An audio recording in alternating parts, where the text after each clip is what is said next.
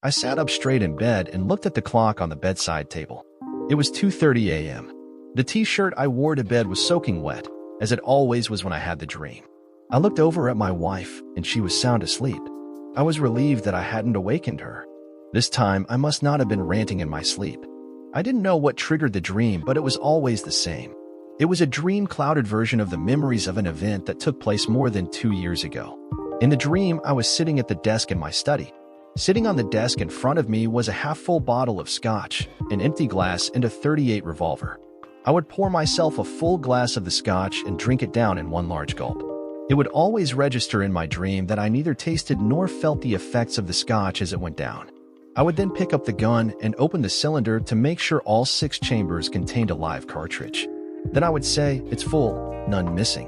I want to kill them. I want to kill all 3 of those. If I do it, I will go to jail. No, I'll kill myself.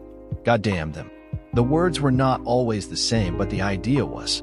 Thank God the dreams had become much less frequent. At first, I had one every week and sometimes twice a week, but now it was less than once in 2 months. While I was dreaming, it seemed so real, like it was really happening, but the reality was that the dream bore very little resemblance to the actual event. There was a bottle of scotch involved, but I was on the sofa in the living room. There was number .38 revolver. I don't own a gun. The threats to kill, I don't remember ever making that night. I got drunk, very drunk, and fell asleep on the sofa. To make sense out of this, I have to go back years to begin the story. As years go, 2002 was a bad one. The problem started in January with my wife Kathy and me fighting with the city inspectors over the design of the new home we were planning to build. The inspector had repeatedly rejected our application for a building permit until I finally got an engineer to sign off on our blueprint saying that what we wanted to do was safe and meet all current building codes. Once we finally had the permit, the fight began with our contractor to get him to stay on schedule, and this lasted until we were able to move into the house in August. In addition to the problems getting our house built, Kathy and I were kept very busy in our chosen careers. My name is Fred Alpin, and March 6th of 2002 marked the 6th anniversary for Kathy and me. Outside of the problems we were having getting our house built, things had been going very well for us. For my part, one had been working for Independent Investigations Corporation, IC, in Indianapolis for 8 years. IC is not a typical private detective agency. We provide investigative services to large insurance companies. Our job was to investigate insurance claims for fraud, retrieve stolen property, or in any way possible mitigate our clients' losses. For our services, we were paid a percentage of the value of items we recovered or what we saved the insurance companies. I am a lead investigator, which allows me to pick the cases I want to work on and assign cases to others. I can tell you from my experience that this business is quite lucrative. I was 30 years old and had just started to find some gray hairs in my otherwise thick head of dark brown hair. I have been described as confident. I have heard men described as handsome, sexy, hot, a hunk, or even a wasted suit, but me, I'm confident, whatever the hell that means. I am not movie star handsome or freak show ugly. My facial features are pretty average, except that my nose is a little crooked. It was broken in an amateur boxing match when I was in college, and I have very dark brown eyes. At 6 feet 2 inches tall and 185 pounds, I have a tall athletic body, and I always stand erect, and my facial expressions seldom give away what I am thinking. Kathy was 29 years old, and at 5 feet 8 inches, she was the sexiest woman I knew. Her dark brown hair with red highlights hung in long curls to her shoulders. Her eyes were blue with tiny specks of green in the irises. At 125 pounds, Kathy was slim but very well proportioned. Kathy had the legs of a dancer, nicely shaped calves, and firm thighs with soft, smooth skin. Kathy had been the manager of the accounting department at DCNH for 2 years and had 20 accountants reporting to her. DCNH were specialists in mergers and acquisitions and had been having a good run over the last couple of years, which meant that Kathy had received some nice year-end bonuses, but early in 2002 there had been some problems at the DCNH offices in Indianapolis. In February, the manager of the Indianapolis office was fired and was replaced by Greg Bartlett. Greg was about 5 feet 5 inches tall, at least 20 pounds overweight, and nearly bald. The hair that remained formed a horseshoe around his head. Kathy said that Bartlett was a good manager, and when I met him I found him to be likable. At the same time Bartlett came to Indianapolis, DCNH transferred one of their vice presidents to the office. Kathy said that the company decided that it was a good idea to spread their VPs around to different cities, so that they could visit customers and help close big deals. The VP's name was Jack Hansen, and he had moved to Indianapolis from New York. Hansen was about 45 years old, 6 feet tall, with graying hair. He was in good physical condition and obviously worked out regularly. When I met him, he was friendly, but he struck me as someone with a roving eye. I noticed the way he looked at any woman that passed by as though he was considering if he wanted to bed them. He was married, but I doubted if that would even slow him down. I had met many men like him before, and I didn't like them either. Kathy seemed to think he was great, and she said everyone else at DCNH did too. She talked about him all the time, telling me about all the great ideas he had for driving new business, which in the long run would mean more money for her. Construction of our new house was on schedule by summer, and the turmoil caused by the management changes at DCNH had settled down. According to Kathy, business was picking up thanks to Mr. Hansen. We moved into our new house just outside of Indianapolis on the second week of August, and we loved it the day we moved in. I jokingly told Kathy that I wanted to make love to her at least once in every room in the house. Kathy looked around at all of the boxes waiting to be unpacked, and then took me by the hand and led me into the kitchen. "Let's get the kitchen out of the way right now," Katie said. I had only been joking, but the erection I suddenly had was serious. We had a great and amazing sex. Once we were done, she headed off to the bathroom to clean herself up. As she left the room, Kathy called back to me, "We'll do the bedroom tonight and the living room tomorrow. Now get back to work." We did do the bedroom that night, but didn't get to the other rooms. Between our jobs and trying to get our new house settled, we didn't have the time or energy to take our sex outside of our bedroom, but we did stay in touch, so to speak, in our bedroom. It just seemed that the only time we were able to be together was when we got into bed at night. One night when we were in bed making love, I began to discuss starting a family. We had had the discussion before, and Kathy had said that she wanted to start in the fall so that we would have a summer baby. "I think it's time you get off your birth control pills and we get you pregnant," I said. "I think we should wait a little longer," she said. Jack suggested I should wait till next year. He told me that I am in line for a promotion and it might happen by the end of the year. "I want to wait till I get the promotion." "Jack?" "Yes, Jack Hansen. Since when are you on a first-name basis with corporate vice presidents?" I asked. "We are pretty informal around the office," she responded. "Why would you discuss our plans for starting a family with him?" I was a bit irate about her discussing our personal matters with this guy. He asked me if we were planning on having children, so I told him we had planned to start this fall. That's when he suggested that I wait till next year. I wasn't happy about that, but I agreed to wait till January. Toward the end of the year, Kathy and I were both working long hours, and we were not spending enough time together. We tried to make our weekends special, and that helped, but our work even began to encroach on our weekends. DCNH was trying to win a contract for a large merger opportunity and had Kathy's accounting department tied up working that opportunity. As for me, I was running 3 investigations that I needed to close out before the end of the year. On the last weekend in November, Kathy and I both managed to be off at the same time, and we went out and did our Christmas shopping.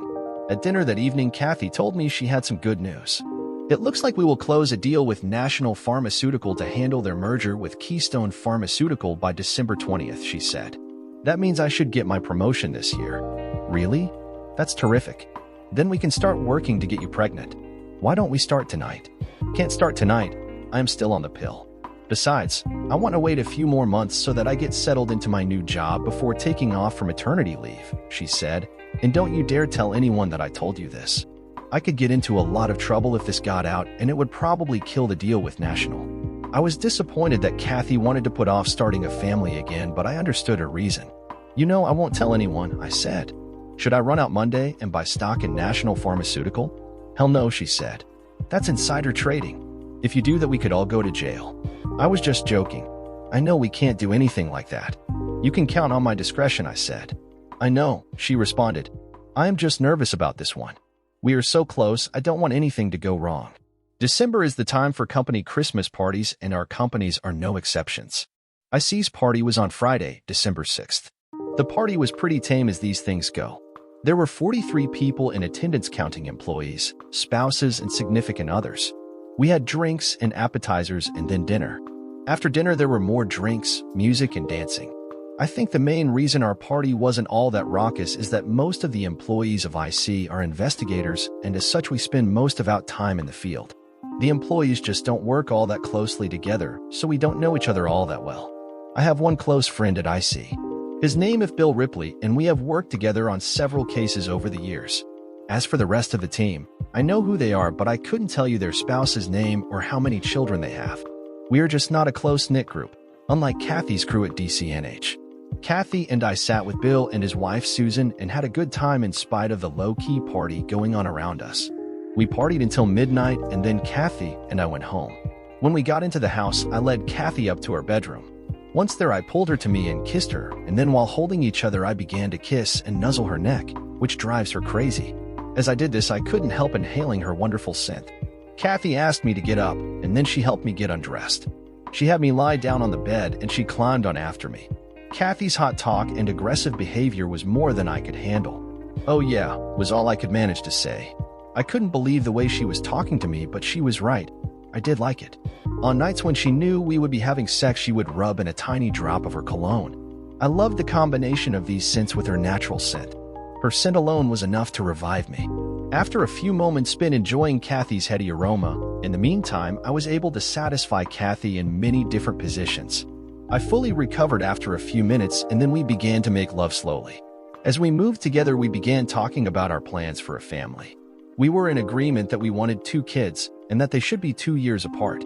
Kathy said she would get off her birth control pills in February, which hopefully would give us a baby the following November. Kathy said that if she got the promotion, she expected a November birth would work for her. I wasn't happy having to wait that long, but then I wasn't the one who had to go through the pregnancy. It was kind of strange, but nice to lay there having sex with Kathy while we talked about what we would like to name our baby. I loved Kathy with all my heart, which made that night very special to me. That Saturday, things began to change in a disturbing way. I had to go into my office for a half day, and when I got home, Kathy was sitting in the family room staring out the window. She didn't look at me as I came in, and when I spoke to her, she jumped as though she hadn't even realized I was there. It was obvious that something was on her mind, and it was bothering her a great deal. I wanted to ask her about it, but I gave her time and let her decide when she was ready to talk to me. I waited until after dinner to press her for an explanation for her depressed mood. Early in our marriage, Kathy and I had made a deal. Whoever cooked could go relax after the meal while the other did the dishes and cleaned the kitchen. That night, Kathy cooked dinner, so I loaded the dishwasher and cleaned the kitchen. I think we both preferred cooking to cleaning. At least I know I did.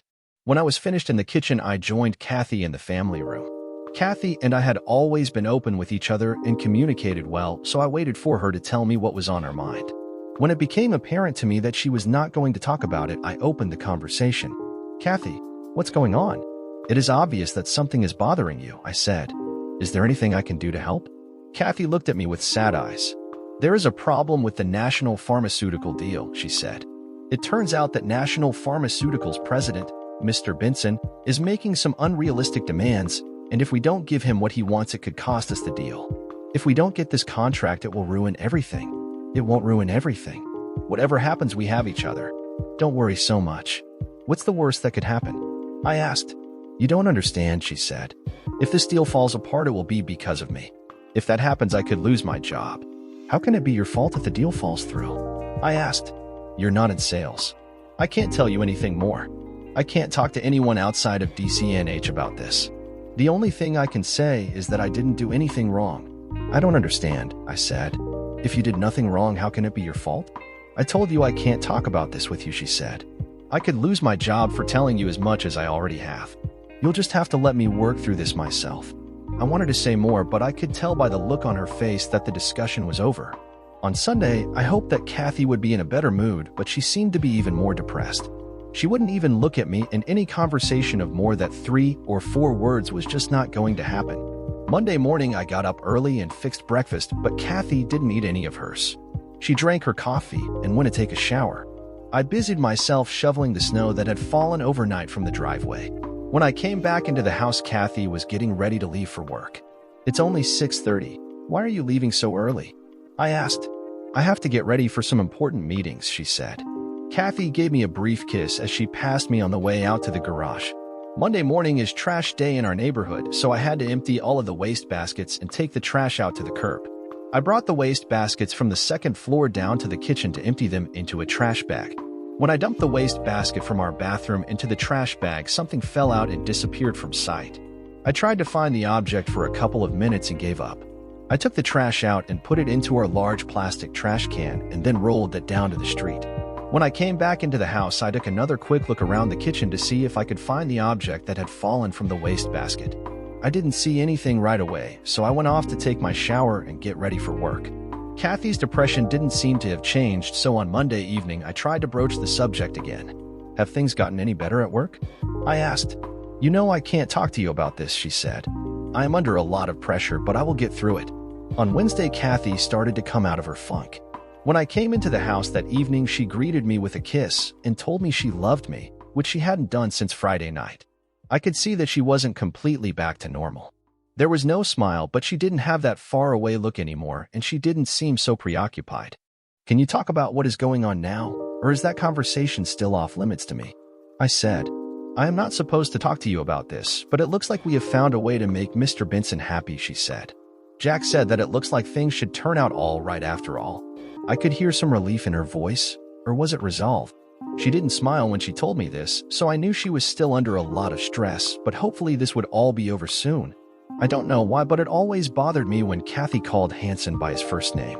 She had told me that it was because things were kept kind of informal around their office, but she always referred to Greg Bartlett as Mr. Bartlett, and Greg was the office manager and Hanson was a VP. I guess I just didn't understand. That night in bed, Kathy wanted me to hold her, but she didn't want to make love. I was beginning to feel the strain of the problems that Kathy was dealing with. I held Kathy until she fell asleep, and then I rolled over to my side of the bed and tried to sleep but couldn't. After 20 minutes of tossing around in bed, I got up and went down to the kitchen for a drink. I stood at the island counter in our kitchen drinking my water and looking at our mail for the second time that day. When nothing caught my interest, I spotted Kathy's briefcase sitting on the chair in front of the counter. I had never invaded Kathy's privacy before, but for some reason that night, I decided to look inside her briefcase. Kathy hadn't locked the case, so I set it on the countertop and opened it. There were a lot of papers inside that didn't hold any answers for me. I took Kathy's day planner out and opened it. I looked through her calendars and notes. On Monday, Kathy had 2 meetings with Mr. Bartlett. The second meeting also included Mr. Hanson. On Tuesday, she had another meeting with Hanson, and on Wednesday, she met with Hanson and Mr. Benson, the president of National Pharmaceutical. I was beginning to see why Kathy was feeling a lot of pressure, but I didn't understand why she would be meeting with the customer. She was in accounting. She had never been part of a negotiating team on any previous deals. I wondered if this meant that Kathy was going to be moving out of accounting and into sales when she got her promotion. Kathy's planner showed a couple more meetings scheduled with Bartlett and another meeting with Hanson on the morning of December 20th. Also on the 20th, Kathy had written in 10 p.m. followed by a question mark. The only thing I found in her planner that was unusual was on her month-at-a-glance calendar for December. There were some notations that didn't make sense to me. On December 6th, Kathy had written, "Started." Then each day after that was numbered 1 through 14. The number 14 was on Friday, December 20th. That date was circled and underlined. I wondered if that had something to do with the meeting scheduled with Hanson that day, or was it because that was the day of DC and H's Christmas party? Maybe it was circled because that was the day they expected to get Mr. Benson to sign the contract. I was still puzzled as to why she had numbered the days from December 6th to December 20th from 1 to 14. I knew I was going to have to think about that one for a while. I put Kathy's day planner back in the briefcase and closed it. When I headed back up to bed, the briefcase was back on the chair where I had found it. Over the next several days, Kathy's mood continued to improve, but she remained a little distant around me. In the 8 years I had worked as an investigator, I had learned a lot about how to get answers to questions without appearing to interrogate the person.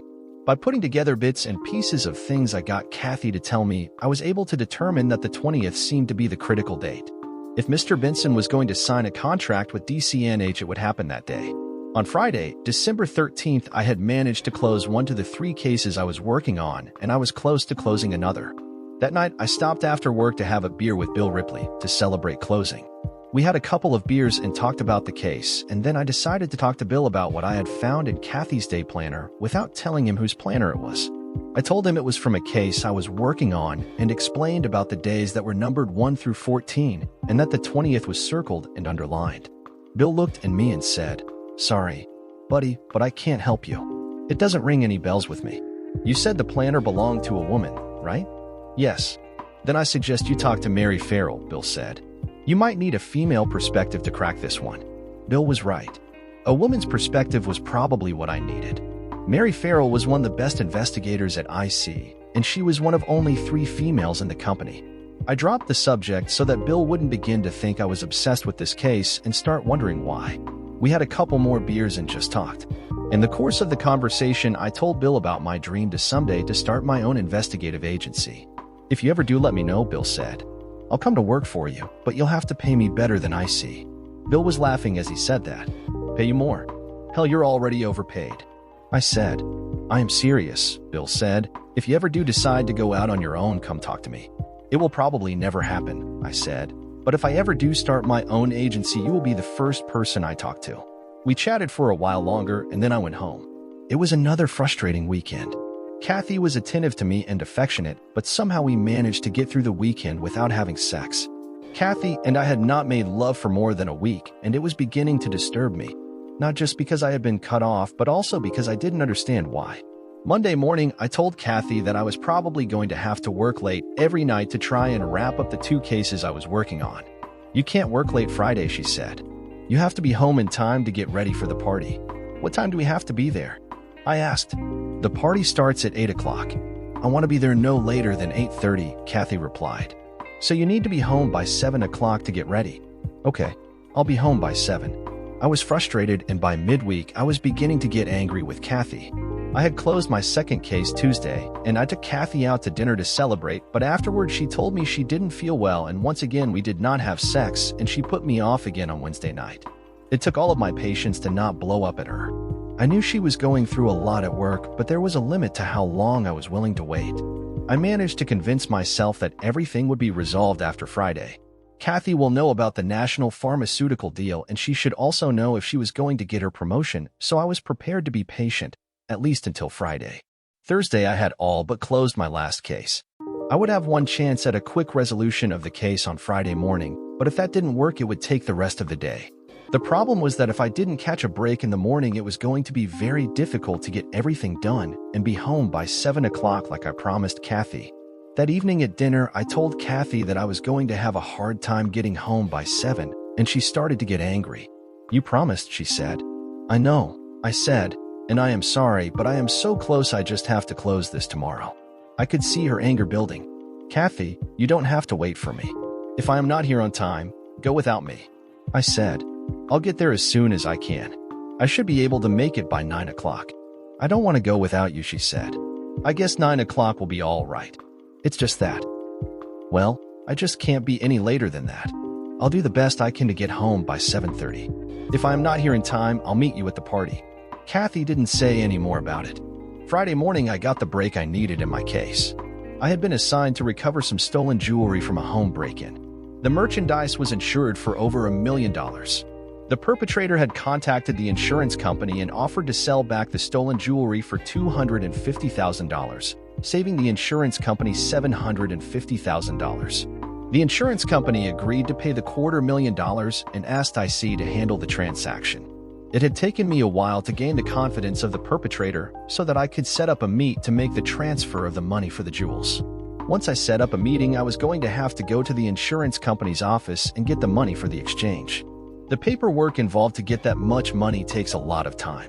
Luckily, I had been able to identify the thief and managed to follow him to a coffee shop Friday morning. Then I called his cell phone to arrange to meet him that afternoon to make the exchange. After the call, I followed him to an old garage on the west side of town. I watched him from across the street as he went into the garage and opened the trunk of an old car. He didn't take anything out of the car. He just closed the trunk again and left. Before leaving the garage, he looked around to see if anyone was watching, but he didn't see me. As soon as he left, I ran across the street to the garage. The door was locked with a small padlock, which was no match for my tire iron. Within 5 minutes, I had the trunk of the old car opened and found a small canvas bag in the trunk. Inside the bag, I found all of the stolen jewelry. I closed up the garage door as I left and taped a note to the broken padlock which read, "Better luck next time." When I got back to my office, I contacted the insurance company and told them I had the stolen jewels and arranged for someone to come pick them up. I was feeling pretty pleased with myself. I had managed to keep a thief from profiting from his crime. I had saved the insurance company a lot of money, and I had earned a nice fee for my company. The best part was that the victims got their jewelry back. It was a pretty good day's work, I thought. As I came out of my office, I saw Mary Farrell talking to another investigator. I waited until she finished her conversation, and then I walked over to her and invited her to have lunch with me. Mary started at IC 4 years earlier, and I had known her most of that time. At almost 6 feet tall with short blonde hair and piercing green eyes, Mary is both attractive and intimidating, which is one of the reasons she is so good at her job. "Are you buying, Fred?" she asked. "I'll pay if you can help me with something I am working on," I said. "Okay, you're on." Mary and I walked across the street to a little sandwich shop, and I bought us a couple of pastrami sandwiches and 2 sodas to go with them. "Must not be that big of a case if this is all you are willing to spend to get information," Mary said as we found a table. I always liked Mary's sense of humor. As we ate, I told her about the notations on Kathy's month-at-a-glance calendar without giving away whom I was investigating. I showed this to Bill Ripley, and he suggested that because it was a woman's calendar, I should ask a woman to explain it. I said, "Does this have any meaning to you?" Mary was silent for a long time. She has almost finished her sandwich when she began to smile. "What are you smiling about?" I asked. "The numbers," she said. "It took me a while, but I think I know what that's about. You said that on the 6th," she wrote, "started, and that after that the days were numbered from 1 to 14, and December 20th was number 14. Is that right?" "That's right," I said, and the 20th was circled and underlined. I believed that she wrote started on the 6th because that was when her last period started, and then she counted the 14 days until the day she would probably be most fertile, which means today is her most fertile day, Mary said. "This woman is tracking her cycle because she is trying to get pregnant. Does that make sense to your case?" I was stunned, not only because Mary figured that out so easily, but because it had never occurred to me. "I'm not sure, but it might make sense in the context of this case," I said. "Thanks for the help. I guess for the little bit of help I gave you a pastrami sandwich was a fair payment after all," Mary said. After we finished our lunch, Mary and I went back over to the office, and I spent the rest of the day catching up on paperwork and wondering why Kathy would be tracking her menstrual cycle. I couldn't remember when she had her last period. I never kept track of her cycles. I was always surprised when she would tell me that the small craft warnings are up when I tried to initiate sex during her period. Another thing that puzzled me was that Kathy wasn't planning on getting off her birth control pills at least until February, so why would she be tracking her cycle? Could she be tracking this for someone else? I was starting to get a tight feeling in my gut. I was picking up little bits of information that weren't making sense to me yet, but I had a sense that I needed to get some answers soon. One thing I have learned from my training and my experience is to be patient and wait till all the facts are in before you jump to any conclusions. If you act too quickly, the consequences could be dire. I have always been a patient person, so I was able to easily adopt that principle. I think that is probably why I have been so successful in this business. It would be difficult for me, but this was definitely a time for patience. By 5 o'clock, I had finished up my work and was ready to head home. By the time I got to my car, it was already dark, and it looked as though it would start to snow at any time. As I drove home through rush hour traffic, I was feeling pretty good about myself. I had cleared 3 big cases off the books, got an answer to one of my questions about Kathy's day planner, and I was going to be home in plenty of time to take Kathy to her party, which I hoped would relieve some of her stress. I arrived home at about 5:30 p.m. and parked my car in the driveway. I didn't think it made any sense to put it in the garage if we were going back out again in a little while. I walked down to the street to get the mail and then walked up to the front door. I hadn't looked into the garage, so I didn't know if Kathy was home yet or not. I stepped up on the front porch, and as I was about to unlock the door when I noticed the front hall light was on. I peeked in the small window next to the door to see if Kathy was in sight, but she wasn't, at least not immediately. I started to move back to unlock the door when I saw movement at the top of the stairs. Kathy, she was coming down the stairs, and I was shocked to see that she was completely naked. She was carrying something in her hands, but I couldn't see what it was at first. I leaned back from the window a bit because I didn't want Kathy to see a face in the window and have the crap scared out of her. When she reached the bottom step, I could see that she was carrying a towel in one hand and a can of shaving cream in the other. That puzzled me. What was she doing with the shaving cream? When she stepped off the bottom step, Kathy turned to the right and walked into the living room and stopped next to a wing chair that was just a few feet inside the room. Kathy just stood there as if she had forgotten why she went in there in the first place. I couldn't take my eyes off her. She looked so beautiful standing there. Her long dark brown hair hanging in long curls over her shoulders, her strong but slender back tapering to where it joined her heart-shaped bums and her beautiful legs. I could feel myself becoming erect as I stared at my sexy wife. I didn't want to move from that spot, but I was afraid that she would turn around and see me peering through the window. I knew that if I tried to open the door with her standing so close by that it would scare the hell out of her. I decided to go back and come in through the garage. At least then she would hear the garage door opening and would know I was home. I knew that I should move, but I could not resist enjoying the view for 2 more minutes. In those 2 minutes, my world changed. I watched what was happening and then dashed to my car. I opened the car door and pushed the button for the garage door opener. The door took about 15 seconds to open, and then I pulled the car into the garage. As I walked up the steps to the kitchen door, I hit the button to close the garage door and waited for it to close before opening the door into the kitchen. I figured that should have given Kathy enough warning that I was home. As I stepped into the kitchen, I was sure I heard a door close somewhere else in the house. I walked through the kitchen and into the dining and then the living room. There was no sign of Kathy. "Kathy, I'm home," I yelled as I started up the stairs. As I walked into our bedroom, I called Kathy again, and this time she answered. "You're home early." "That's great. I'm in the bathroom getting ready. Why don't you use the shower in the guest bathroom?" Kathy said. "Why? I'm busy in here," she said. I pretended that I didn't hear that and just walked in on her. "What did you say?" I asked.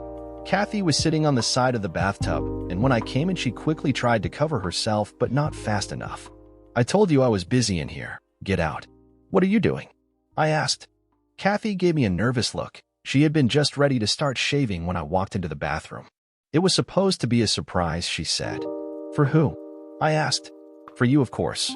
I wanted to surprise you when we got home from the party tonight," she said. "Did I ever tell you I wanted you to shave your kitty?" I asked. "No, but I thought that." "I don't ever remember you telling me that you wanted to shave yourself," I said. "I know I never mentioned it, but where did you ever get the idea that I wanted you to shave it?" "Most certainly not from me," I said. Kathy was struggling to come up with an answer, and I was getting more angry by the second. "I just thought it would be something different. A lot of girls are doing this now, and I thought you might like it," Kathy said. "Shouldn't we have discussed this first to at least see how I felt about it?" I asked. "Maybe, but after all, it's not that big of a deal, and it is my body, and if I want to shave off my kitty hair, that's my decision. If we don't like it, it will grow back." She did have a point, but I wasn't giving in because there was more going on than what appeared at the surface. "Don't shave it now," I said. "We can discuss it later, and if it's that important to you, you can shave it tomorrow." The look on Kathy's face was more than just anger. There was also fear. I could understand the anger that was directed at me, but I couldn't understand the fear. "I am ready to do it now, so why should I have to wait?" she said. "Because your husband is asking you to wait," I said. "I don't like bald kitties. Why is it so important that you have to do it now?" I was all set to do it, and I want to do it now. "It's my hair, and if I want to shave it off, I will shave it off," she said. "Okay then, go ahead and shave, but if you do, you will have to go to the party alone," I said and turned to walk out of the bathroom. "Why are you being so unfair? It's just something I want to do, so why do you have to make a big deal out of it?" Kathy asked. "I'm making a big deal out of this because I don't think you're telling me the truth about why you want to shave your kitty," I said. "You know I like your hair, so I know you weren't thinking of me when you decided to shave yourself. If you can't tell me the truth, then I will not discuss this any further. You can leave it alone, and we will go to the party, or you can shave it and go to the party by yourself. It's your choice." Kathy gave me a sullen look. She put the razor down and climbed into the shower. I showered after Kathy and then lounged around in my bathrobe and drank a beer while Kathy was putting on her makeup. Kathy didn't speak to me the whole time we were getting ready to go. I knew that she was pissed at me, so I didn't try to start any conversations as that would only increase my own anger. I just tried to watch her surreptitiously as she got dressed. As angry as Kathy was with me, I would have been very surprised if she was dressing that sexy for me, unless it was to make me jealous. I wondered if not me, then for whom? Next, Kathy sat on the edge of the bed and put on a pair of black thigh-high stockings. As she was rolling her stockings up her legs, I wondered if she was aware that I was watching her. Kathy didn't seem to acknowledge my presence in the bedroom. When she had both stockings pulled up, she got off the bed and walked to her closet. Even with everything that was running through my head, I still got an erection as I watched Kathy walking away from me. She disappeared into her closet and came out a minute later with her black cocktail dress already halfway on. She walked into the bathroom as she pulled the dress the rest of the way down. Then she sat in front of the mirror and fixed her hair. When Kathy came out of the bathroom and stood in front of me, I could feel my anger melting, but I couldn't allow that. I was going to need it to stay strong because I still didn't know what lay ahead of me that night. At 7:30, I asked Kathy if she was ready to go. "I'm ready," she said. You look really hot, I said. You are going to melt someone's heart tonight. Kathy turned to go out the door and said, Yours, I hope. I wondered if she meant to melt my heart or break it. We drove the first 15 minutes in silence before Kathy finally spoke. I'm sorry about the shaving thing, Kathy said. I just thought it was a good idea at the time, and I am so nervous about tonight that I guess I just kind of snapped when you gave me a hard time about it. No problem, I said. We can discuss that over the weekend, but let's just try to have some fun tonight. I was trying to lighten the mood a little. The party was being catered at the company's offices in a large classroom on the first floor. As soon as Kathy and I walked in and checked our coats, Hansen came over and said hello. Then he took Kathy aside for a minute. I thought that I could feel my blood pressure building as I watched them carefully to see if I could pick up on anything they were talking about. Kathy had nodded her head yes a couple of times, and then she shook her head no, and Hansen seemed to get upset and Kathy got more animated. It looked as though their conversation ended when Hansen started to walk away from Kathy, but then spun around and came back, but now he was smiling. It looked like he was suggesting something to her, and I could tell she wasn't happy about it, but she nodded her head yes, and then Hansen left. When Kathy came back over to me, I asked her what he had wanted. The national pharmaceutical deal is closing tonight. I have to go to a meeting at 10 o'clock with Jack and Mr. Bartlett. If the meeting goes well, we will get the national contract. So, you'll get your promotion then? Yes, if everything works out. Kathy didn't look as happy as she should if she was getting what she wanted. Then we can start trying to make a baby? I asked, hoping to get a reaction from her. Yes, we can start our family, she said without emotion. I wanted to shake her and say, what the hell is going on? I had a problem in that I was already beginning to get an idea of what was going on, and it was up to me to figure out what I was going to do about it. As we walked into the big room where the party was being held, Kathy slipped her arm through mine and leaned close to me. The room was nicely decorated, and there were several tables around the outside of the room. There was a band set up at one end of the room with an area for dancing. At the other end of the room, they had set up the buffet, and next to that an open bar. I scanned the room to see who was there. I don't know many of the DCNH people well, but I am good at remembering faces, and I had seen most of these people many times over the last 6 years, and I had a pretty good idea of who belonged there and who didn't, and it didn't take long to spot him. He was standing next to the bar by himself. He was maybe 35 years old and about 6 feet tall. He appeared to be a fit 175 pounds. He was dressed in a dark blue double-breasted Armani suit, and I guessed that he would be considered a handsome man. I pointed to him and asked Kathy, who was that guy standing over there by the bar? I don't know, she replied, but I could tell by her body language that she wasn't being truthful. Why don't we go over to the bar and get a drink? I suggested. There are some of my department members over here that I would like to say hello to. Why don't you get us both a drink and I'll wait for you over here, she said. I made my way over to the bar and ordered Kathy a glass of red wine and got myself a beer and then turned to the Armani suit. Mr. Benson, how are you tonight? A look of surprise briefly crossed his face. How do you know me? He asked. It's my job, I said. I have to take this wine over to Ms. Alpin, and then I'd like to come back and talk to you if you don't mind. Mr. Benson studied me for a minute. I could tell that I worried him, but he didn't seem to be afraid of me. For a moment I thought he might know who I was, but I didn't see how he could. It had to be something else about me that was bothering him. Oh, okay. I'll be right here, he said. I took Kathy her drink and said I was going to circulate while she talked to her friends. Don't want her off on me, she said. I need you to stay close to me tonight. I won't be gone long. I don't want to sit here and listen to you talk shop with your friends right now, I said. Kathy gave me a sad look as I got up from the table, but she let me go. When I was sure that Kathy was no longer paying attention to what I was doing, I went back over to Mr. Benson. My name is Fred. I work in security for DCNH, I said. I just want to make sure there are no problems tonight. I guess Mr. Hansen has a fun evening planned. That's what he tells me, he said. I'm just killing time until the fun begins. I guess for you that begins around 10 o'clock, I said. You seem to know everything, Mr. Benson said nervously. Like I said, it's my job to know things. Tonight, I am to make sure no one bothers you, and that later no one interrupts you if you know what I mean, I said with a wink and a sleazy smile. I take it you like brunettes? Love brunettes. Especially with long hair, he said. Like Ms. Alpin, you mean? Exactly, he said, and this time he had the sleazy smile. I wanted to choke the scumsucker, but I couldn't do that. I'll bet you're like me, I said. You like them with a lot of hair on their heads, but none between their legs, right? I asked as I again winked and smiled. Bald is nice, he said as he laughed. I learned what I needed from him, so it was time to move away before I shoved my fist down the smug throat. I have to circulate now. Got to make sure that no one is here that ain't supposed to be here. If you have any problems, just come find me. I'll be around, I said. I was muttering profanities under my breath as I walked away from him. When I got back to the other side of the room, the band had started to play, and a man approached Kathy and asked her to dance. She very nicely but firmly turned him down and then grabbed my arm and dragged me out to the dance floor before I had a chance to sit. As we danced, I kept an eye on Mr. Benson to make sure he wasn't watching us. I didn't want him to figure out I was Kathy's husband yet. I was still formulating my plans and didn't want them blown before they were even complete. I was still trying to figure the last few pieces of the puzzle I was dealing with, and it was already 9:30. My nervous stress was causing my stomach to do flips. The song ended, and I started to move back toward the table where Kathy had been sitting when the band started playing a slow song. Kathy pulled me back onto the dance floor and was holding me close to her. Kathy always did like to dance close to me, but it seemed that this time she was trying to get inside me. She was holding me so tightly that it was uncomfortable.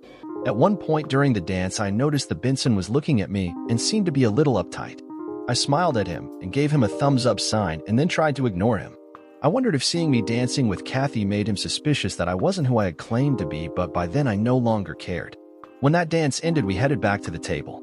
I was just sitting down when I saw Greg Bartlett approaching us, and he was carrying a small package in his hand.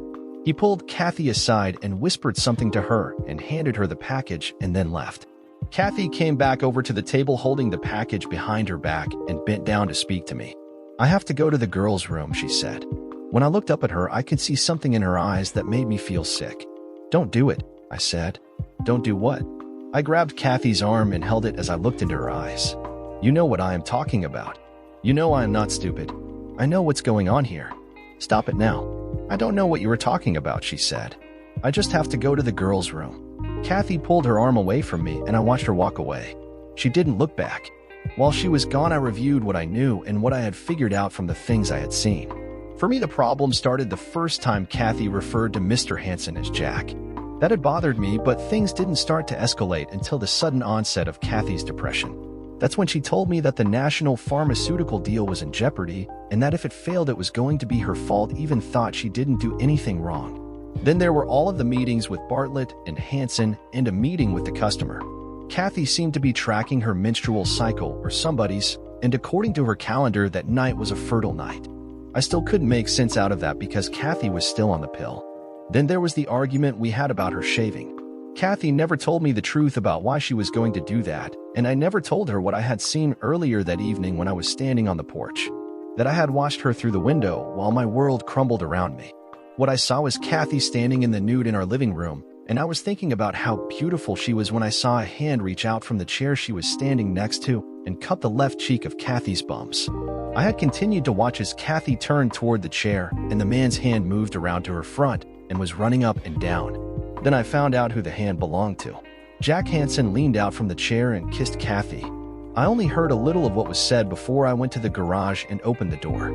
I didn't want to walk into the house with her standing in the nude in front of another man. I couldn't handle that, so by opening the garage door, I alerted them that I was home and gave them time to stop what they were doing. As I headed upstairs to confront Kathy, I peeked out the front door in time to see Hansen scurrying, like the rat scumsucker that he is, across the street to his car. My guess was that Benson got a look at Kathy and decided he wanted her and made that clear to Hansen. She was the deal breaker. I further guessed that Benson had demanded that she shave her kitty for him. I didn't spend much time trying to figure out why all this was happening. I only knew that I had to stop it before it went too far. The fact that Bartlett and Hansen were up to their necks in this made it necessary for me to somehow screw up their plans and try to screw them over in the process. The last piece of all this was Kathy's trip to the ladies' room. I was sure that the package that Bartlett had handed Kathy contained shaving cream and a razor. Kathy was now in the ladies' room shaving her kitty so that she could give Benson the perk he had asked for. Well, screw her too. It was 9:45 and Kathy hadn't returned to the table yet. I was getting tense because I was running out of time.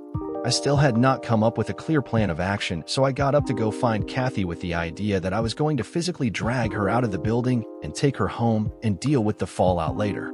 As I started toward the door, the band announced that they were taking a break and an idea popped into my head. I looked around quickly and noted that Benson, Bartlett and Hanson were now all standing together by the bar, so I had the audience I wanted. I walked over to the band as they were putting their instruments down and spoke to the lead singer. "Can you leave your mic hot?" I asked. "I want to make a few announcements."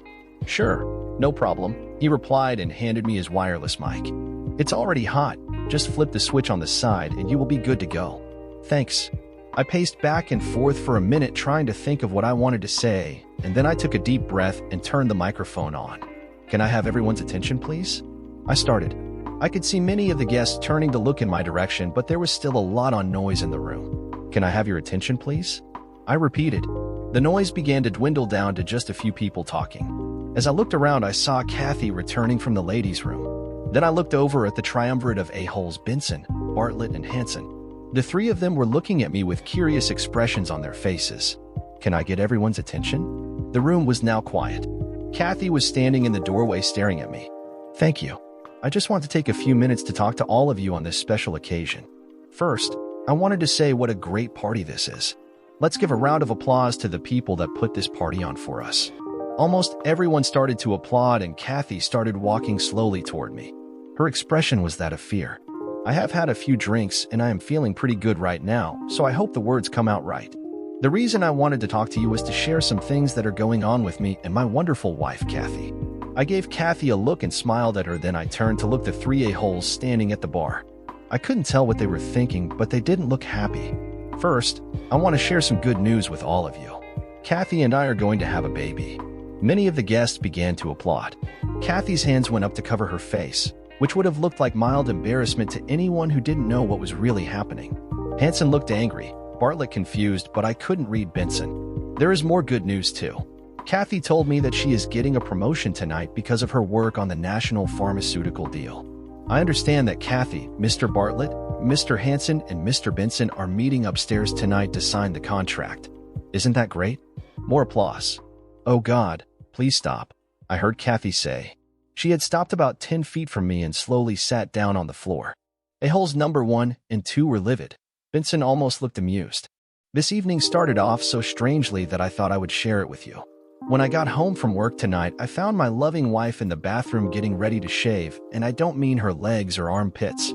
There was some laughter from the crowd, but most people were now sitting in stunned silence.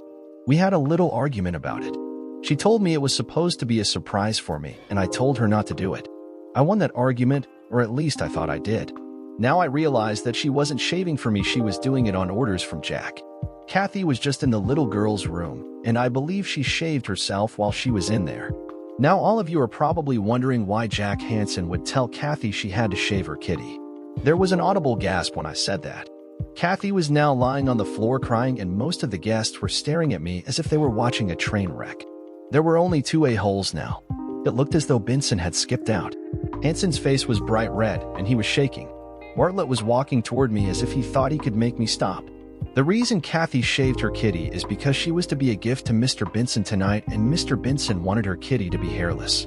It seems that your company management thinks it is good business to encourage its employees to have sex with potential customers to win contracts, even if it destroys a marriage. Now Bartlett was right in front of me, and he tried to take the microphone from me. I pulled the mic away from him and turned it off. "Listen, a-hole, you try to grab the mic from me again, and I'll drop you like a bag of rocks." Come to think of it, I may do that anyway. Bartlett backed away from me and looked over at Hanson. While they looked at each other, I turned the mic back on. "One last thing, and this is for Bartlett and Hanson. I will be filing a lawsuit against this company for what you did to my marriage, and I am sure I will get a nice settlement. Part of that settlement will be that you 2 a-holes and anyone else involved in the mess will be fired. Good night, everybody, and enjoy the rest of your party." The room was dead silent as I set the mic down and walked over to where Kathy was laying on the floor, and I squatted down beside her. "Kathy." She looked up at me with tears running down her cheeks. "Fred, I am so—" "Kathy, don't say anything," I interrupted. "Do you think you'll get that promotion now?" I stood up and looked around. People were staring at us, but when I looked back at them, they turned away. I looked down at Kathy one last time, and then I left the room. I had picked up my coat and was walking across the lobby toward the door when Hanson stepped in front of me. "Do you have any idea what you've done?" he asked. "Yes," I said. "I screwed you before you and DCNH could finish screwing my wife, and I hope I cost you millions. I would hate to think that we all went through this for a few $100,000. "You're going to pay for this," Hansen said. "Actually, I think you will be the one who pays for this," I said. "Along with my lawsuit, I am going to have a discussion with the SEC. I think they might be interested in the way this company has been doing business." I turned to leave and Hansen grabbed my arm. "Just a minute, I am not through with you yet," he said. I brushed his arm away. "You touch me again, and you won't be walking when you leave here tonight," I said. I could hear him muttering profanities behind my back as I left. When I got home, I went straight to the liquor cabinet and got a bottle of scotch and began to slowly drink myself into oblivion. I believe this was the genesis of my nightmares. I was on my second drink when I spotted something blue sitting in one of the big potted plants on the kitchen floor. I got up to see what it was. It was a blue plastic case, and it was pretty well hidden under the foliage of the plant. I knew what it was as soon as I picked it up, and when I opened it, I confirmed my suspicion. I remembered something dropping out of the bathroom wastebasket Monday morning. I had looked all over the kitchen for it, but never thought to look in the flower pot. I went back to the sofa and put the case on the coffee table next to the scotch. I filled my glass and took a big gulp. Then I picked the case up and opened it again. As I stared at it, I thought to myself, "It's full, none missing." I put the case back down and poured another drink. I don't know how long I lasted, but I woke up on the sofa in the family room at 9 o'clock Saturday morning. The scotch bottle was nearly empty, my head was pounding, and my mouth tasted like shit. I stood up and felt dizzy for a minute. My stomach felt like it was in full rebellion against me. I started the coffee maker and went off to take a shower. When I went upstairs, I noted that there was no sign that Kathy had come home, and I really didn't expect that she would, either because she was afraid to face me or because she was pissed that I had screwed everything up at DCNH. I wasn't exactly sure if I cared either way. The shower helped. I felt a little better.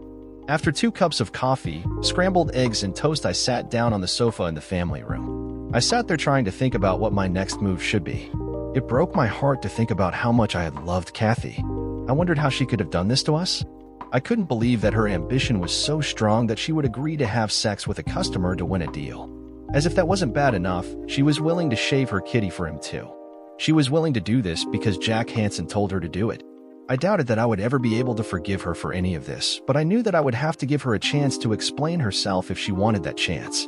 I just couldn't walk away without at least hearing what she had to say, but I would not pursue her to ask for an explanation.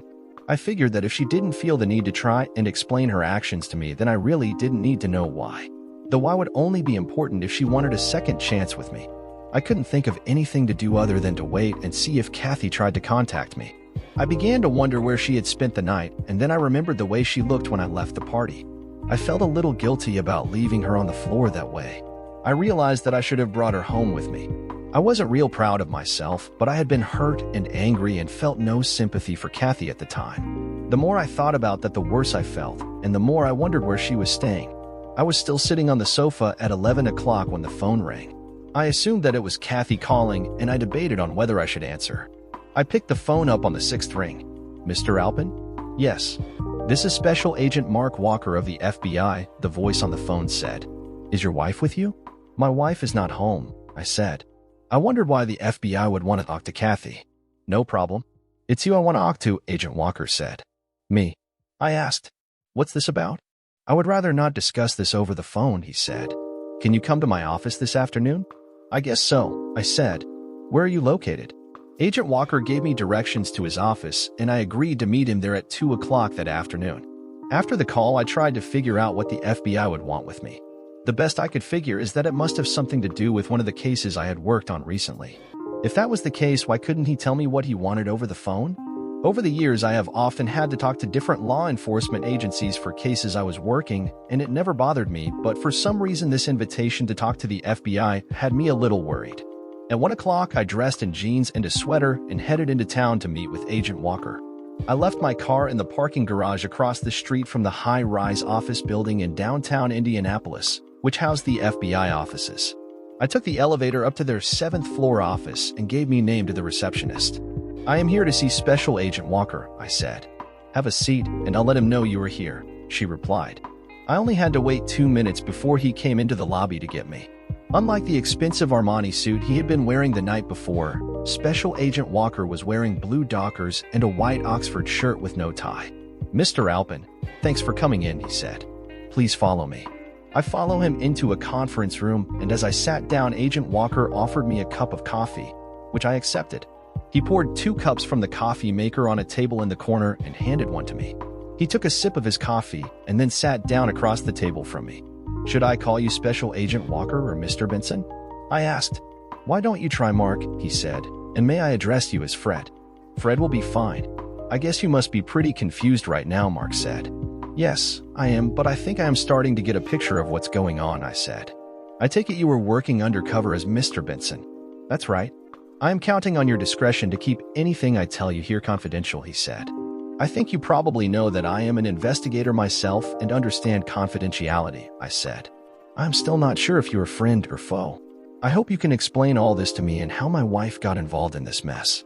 I will tell you what I can and will answer any questions as long as they don't jeopardize our investigations." "Okay, I'll listen to what you have to say, but I have to tell you that I am really pissed that my wife was used the way she was. This mess has probably ended my marriage," I said. "Things may not be as bad as you think," Mark said. "Let me just put you in the picture, and then you can ask your questions." "That's fine with me," I said. "Earlier this year, the Security and Exchange Commission contacted the FBI," he started. "They had received some disturbing information about the business tactics of DCNH from someone inside the company and asked that we investigate the allegations. After following up on the information given us by the SEC, we found enough evidence to justify further investigation. I can't tell you about our investigations other than to say that it was decided to do some undercover work." Mark got up and began to pace around the room as he talked. "We had found out through our investigation that DCNH had been trying to get National Pharmaceutical interested in a merger. Mr. Benson had spoken with one of our agents and indicated that he was concerned with DCNH's tactics. At that point, we found out that no one from DCNH had met Mr. Benson, so with his cooperation, I took on his identity and began negotiating with DCNH. I was able to convince Mr. Hansen and Mr. Bartlett that I was Mr. Benson, and I led them to believe that I was interested in their ideas for a merger and might be willing to sign a contract for them to handle the merger. When they began to drool over the millions of dollars they thought they would make off the deal, I started acting reluctant. I told them that I wanted to talk to some other firms before I made a decision. The idea was to see what tactics they would use to try and get me to sign a deal with them." "So you asked for my wife?" I said. "Not exactly. On my first visits to the offices of DCNH, I was introduced to your wife as I was escorted to the conference room to meet with Bartlett and Hansen. I told Hansen that I would really like to talk to Mrs. Alpin. His response was, 'She is quite attractive, isn't she?' I agreed with him, but that wasn't why I had asked to see her." "Why did you want to see her?" I asked. I told Hansen that because she was head of the accounting department, I wanted to talk to her about the financial condition of the company I was supposedly planning to merge with. "The real reason was that your wife was the insider who contacted the SEC with concerns about how DCNH was doing business. So Kathy knew that you were working undercover for the FBI?" I asked. "No, she didn't. I couldn't tell her," Mark said. "The information she sent to the SEC indicated that the company's problem involved people higher up in the company than Bartlett and Hansen. She had implicated the company president and the CEO. I didn't know if I could trust her given that my assignment was investigating Bartlett and Hansen. I couldn't be sure she wouldn't blow my cover to protect them. So, Kathy had blown the whistle on the company execs. I didn't know what that meant to me. If she didn't know that Benson was a fake, was she planning to have sex with him at the party? I had questions I wanted to ask Mark, but decided to wait till he finished to see if I would get any answers in what he was telling me. As I was saying, I had indicated to Hansen that I might back out of the deal, so he asked me what it would take to get me to sign with DCNH. I asked him what he had to offer. That's when Hansen said, "I noticed that you thought Kathy Alpin was pretty hot. How would you like to get a piece of that?" I was surprised at that. I expected him to offer me a bride. I had to see where this would lead, so I told him I might be interested in that, but I didn't commit. This next part may be difficult for you to hear, but it is important to the story. There is nothing you can say that would be any more upsetting than what I have already been through. I said, "Okay then." I waited a few days and then met with Hansen again. He asked me if I thought over his offer. I asked him if he meant by his offer that he would arrange it so I could have sex with your wife, and he answered in the affirmative. I didn't want to act too anxious, so I said that I was definitely interested but still wasn't sure if she would be worth it. Hansen assured me that she would be worth it and then said she has a bald kitty. "Wouldn't you like to screw a bald kitty?" he asked me. "So you never suggested that you wanted Kathy to shave?" I asked. "No. Since I hadn't planned on having sex with her, that thought never entered my mind." I still wasn't even sure how Hansen could promise to deliver on his offer, so I asked him how he would get a married woman agree to give herself to me as payment for signing a contract. You let me worry about that. If you want her, she's yours, bald kitty and all, was all Hansen said. That son of a witch, I said. Who the hell does he think he is? He's one sleazy scumsucker. The more he talked about me having sex with your wife, the more excited he seemed to become. I got the feeling that he wanted me to accept his offer for more reasons than to get me to sign the contract. I let him go on for a while and then asked him when he could arrange for me to get together with your wife. He immediately said that we would do it during the company Christmas party on the 20th. So you were going to go through with it? I said. You were going to have sex with my wife just to keep your undercover investigation going? No. I had no intention of having sex with your wife, Mark said. First of all, it would be unethical for me to do that, and second, I was almost positive that the room where I was to meet with your wife would have hidden cameras and microphones to record the action. This was to be more than just a sexual favor to get me to sign the contract. It was also designed to give them material that could be used to blackmail me. How are you going to get out of it? I asked. I planned to balk at the last moment and say that the circumstances were not right. Then I was going to say that I would be willing to close the deal, but that Mrs. Alpin would have to join me in my hotel room after the party. Then once I had her alone, I was going to identify myself and bring her down here to be interrogated. We planned on arresting Bartlett and Hansen today. We thought that by this morning we would have enough evidence to indict them both. Then last night you walked up to me and introduced yourself and said that you were with security. The fact is that I knew who you were, and I was afraid that you knew what was going on and were a party to it. I wasn't sure which side of things you were on until you got up and made your speech. Oh shit, I said. I hope I didn't screw up your investigation, but I couldn't stand by and just let my wife give herself to another man as part of a business deal. I understand, Mark said, and you didn't really do any damage. You actually saved me from having to deal with the meeting I was supposed to have with them at 10 o'clock last night. I was able to leave with my cover intact so that I could talk to Hansen again this morning. He made me a large cash offer to sign today. I told him I would meet him in his office Monday morning, and when he hands me the money, we will arrest him and shut down the operations of DCNH while we do an in-depth investigation of every deal they have been involved with for the last 3 years. I still don't know where Kathy stands in all this, I said. Your wife was trying to do the right thing by blowing the whistle on the company, he said. As for her part in the offer made to me, I suspect that she was being coerced by Hansen. He may be blackmailing her somehow. Was there any mention of your using a condom? I asked. Yes. Once I agreed to the deal, Hansen made it very clear to me that Kathy insisted that I would have to wear a condom. We wouldn't want to get the poor girl pregnant now, would we? Hansen said. Now I knew I was going to have to find Kathy. I now wanted to hear her side of the story. She was not completely innocent in this mess, but there were extenuating circumstances. That is really all I can tell you right now, Mark said. Do you have any more questions? Not right now. Good. Again, I have to remind you not to discuss any of this investigation with anyone. I would ask that you not tell your wife anything yet. Wait until when we have Bartlett and Hansen under indictment before you tell her this was all an FBI sting operation. That should only be a couple of days from now. We'll want to talk to her then anyway. I agreed to not say anything about the investigation, and then Mark told me he would call me and let me know when I could tell Kathy about the FBI sting, and then he said that they would probably want to depose me to get my side of the story. We shook hands, and I left the building. When I got home, there was a message from Kathy asking me to call her. I called the number she left, and a woman answered the phone. I asked for Kathy. Who should I say is calling? The voice asked. Tell her it's her husband, I said. Kathy's voice sounded nervous when she came on the line. Where have you been? She asked. I have been calling all day. Not all day, I said. I was home until 1 o'clock this afternoon.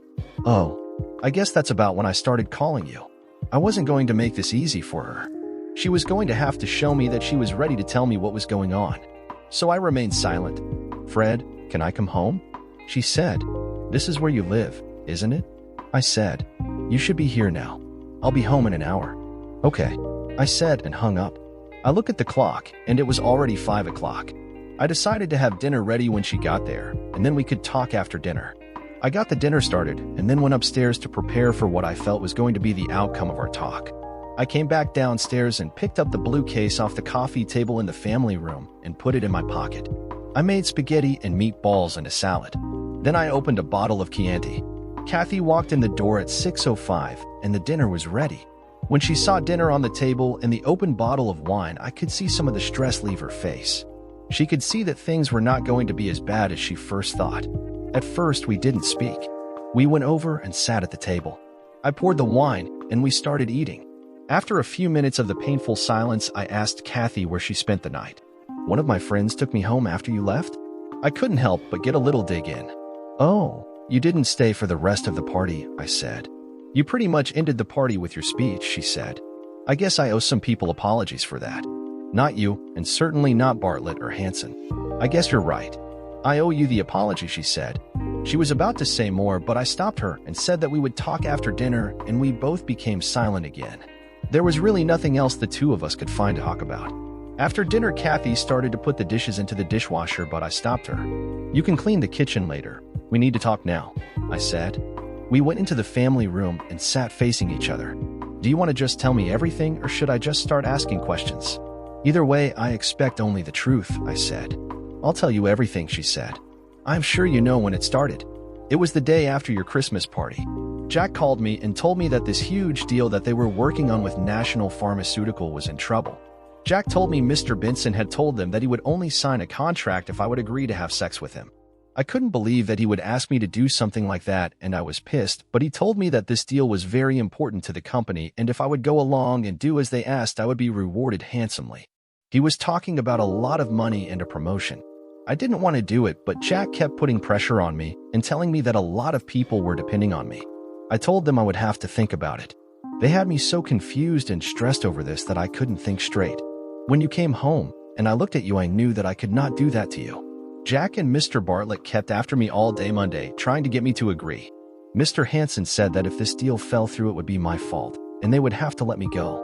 They also said that if I told anyone about what was going on, I would get fired. I tried to tell you as much as I could. I knew that if you knew the whole story, you would do something crazy and I would lose my job. On Tuesday, I told them I would not do it, so they told me to think about it again. Then Mr. Hanson told me that the company was missing more than $100,000, and that if there were to be an audit, it would look like I had been embezzling money from the company for the last few years. Jack said I would end up going to jail. He told me that if I did what he asked, I would get the money he promised and the promotion, but if I didn't cooperate, there would be an audit, and I would be charged with embezzlement. In the end, I had to agree to do what he wanted. Jack and Mr. Bartlett talked with me every day to make sure I didn't back out on them. They kept telling me I was doing the right thing and trying to convince me that you would understand if you knew how important this deal was. I had listened passively to this point, but I was getting angry. "You can't believe that I would ever have thought what you were doing was all right," I said. "You should have told me everything. I would have found a way out for you." "I know," Kathy said. "Once I decided to go through with it, I felt a little better, but I felt so guilty about what I was doing to you. You have to understand that I was terrified of going to jail. I had to risk it." On Friday, Jack called me into his office and told me that Mr. Benson told him that he wanted me to shave all my pubic hair off. I told him I couldn't do that because he would be angry, but he said it would be a deal breaker. If I didn't shave it off, Mr. Benson would walk away from the deal. Jack told me to shave it off before the party and not let you see it till later, and then I was to tell you it was meant to be a surprise.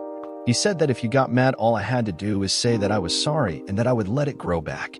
The problem was that you came home earlier than expected and caught me getting ready to shave it off.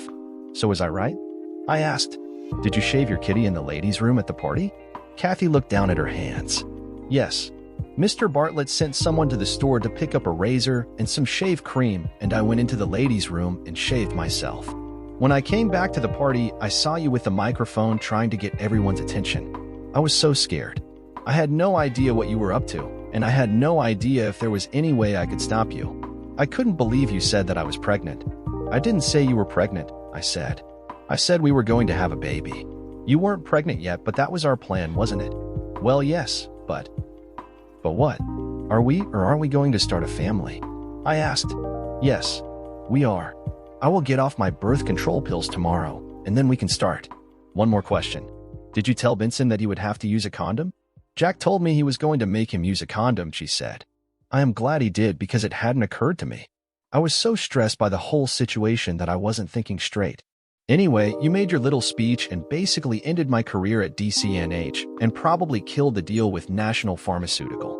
So, essentially what you were telling me is that Bartlett and Hanson coerced and blackmailed you into agreeing to have sex with Benson to close a business deal. They further insisted that you had to fulfill Benson's demand that you shave your kitty, but I screwed things up by catching you when you were trying to shave. But even after I told you not to do it, you shaved yourself anyway. In the end, the only reason that you didn't end up screwing Benson is because I screwed everything up with my little speech. Does that about sum it up? Yes, but I don't blame you for what you did. I understand why you did it, she said. Oh good, then you forgive me for trying to keep my wife from screwing another man, I said sarcastically. That's not what I meant. I know you had every right to react the way you did, and I have no right to be upset with you. I am upset with myself. I should have told you everything from the start. Do you think you will ever be able to forgive me? Kathy asked. That depends, I said. Is that everything? Have you told me everything I need to know about what has been going on? I asked. Yes, I have told you everything. I love you, and I can't bear to think that I could lose you because of this mess I got myself into, Kathy said. Well, things don't look as bad as they did at first, I said, and I watched the smile start to come back into Kathy's face. I just have a couple of questions I need answered, and then we might be able to put this behind us. Okay, what questions? I could hear the joy creeping back into her voice. I pulled the blue case out of my pocket and tossed it on the coffee table. I found this in the trash the other day, and it's full. You threw away all of your birth control pills last week, but you not only didn't tell me about that, you tried to make me believe you were still taking them. Just 5 minutes ago, you said you would stop taking them tomorrow. Can you explain that to me? Kathy looked like I had punched her. Her mouth opened a couple of times, but no words came out, but when she finally spoke, I was sure she was lying. You're right. I stopped taking my pills, she said.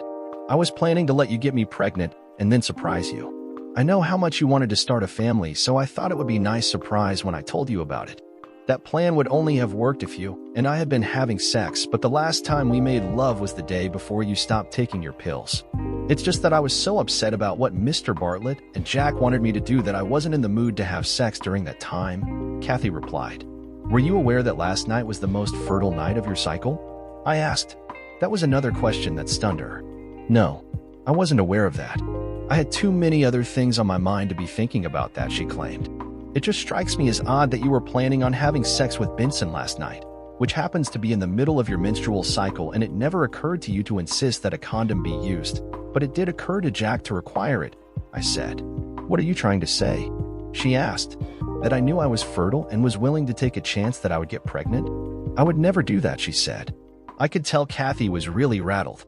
I was getting tired of playing with her and decided to end the game. One more question, Kathy, I started.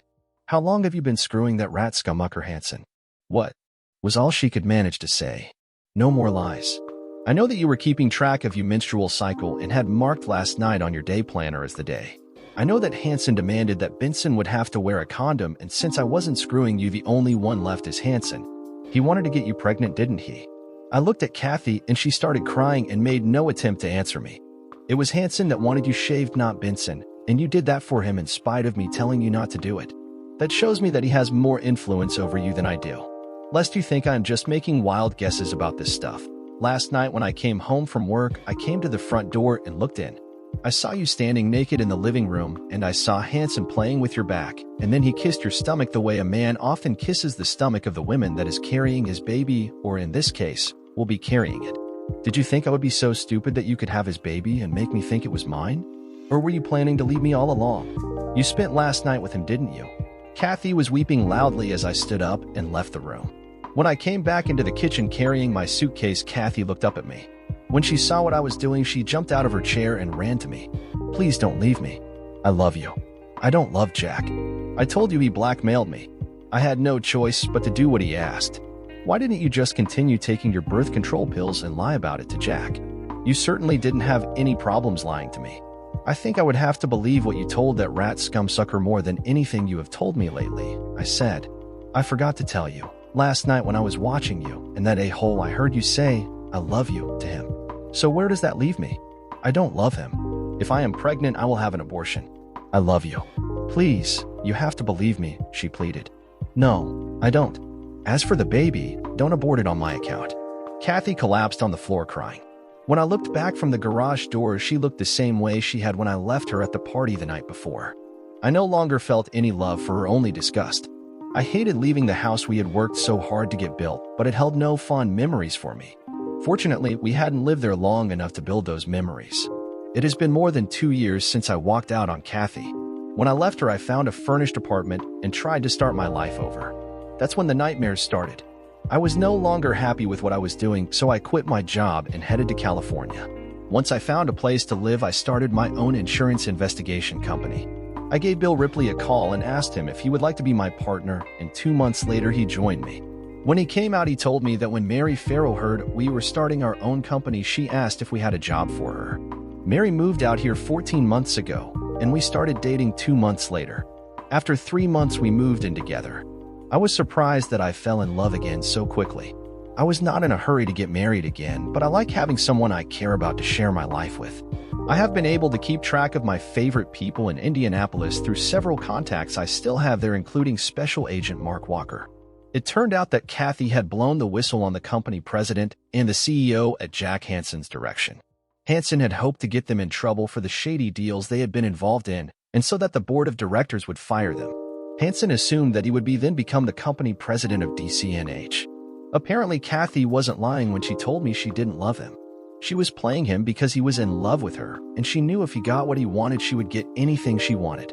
Hansen and his wife didn't have any children, which he blamed on his wife. After I left, he tried for more than a month to get Kathy pregnant. He wasn't successful with her either. It turned out that he was sterile. His wife found out about his affair with Kathy and divorced him. A month later, he was sentenced to 5 years in federal prison for his actions at DCNH. Bartlett also got jail time. He will be spending 2 years at a minimum security federal prison. Kathy was fired by DCNH, and then the company was reorganized, and shortly after that it was bought out by a larger consulting firm. The last I heard, Kathy was teaching bookkeeping at a community college just outside of Columbus, Ohio. I try not to think about Kathy. The wounds are still too fresh for me to think of the good times we had. I don't miss her, which is a good thing. Mary more than fills the hole Kathy left in my life, and that is why I married her. Now here I sit staring down at her and wondering if I should wake her up. Not to tell her I had the dream again, but to tell her I love her. Last night, Mary told me that whenever I decide I want a baby, all I have to do is ask. But make sure to get your order in early because you have to wait 9 months for delivery, Mary added. I am thinking of placing my order tomorrow. By the way, in case you were wondering about DCNH, you were right if you were thinking Dewey, Cheatham, and Howe. Dear listeners, please share your thoughts in the comments section below, and don't forget to like, share, and subscribe.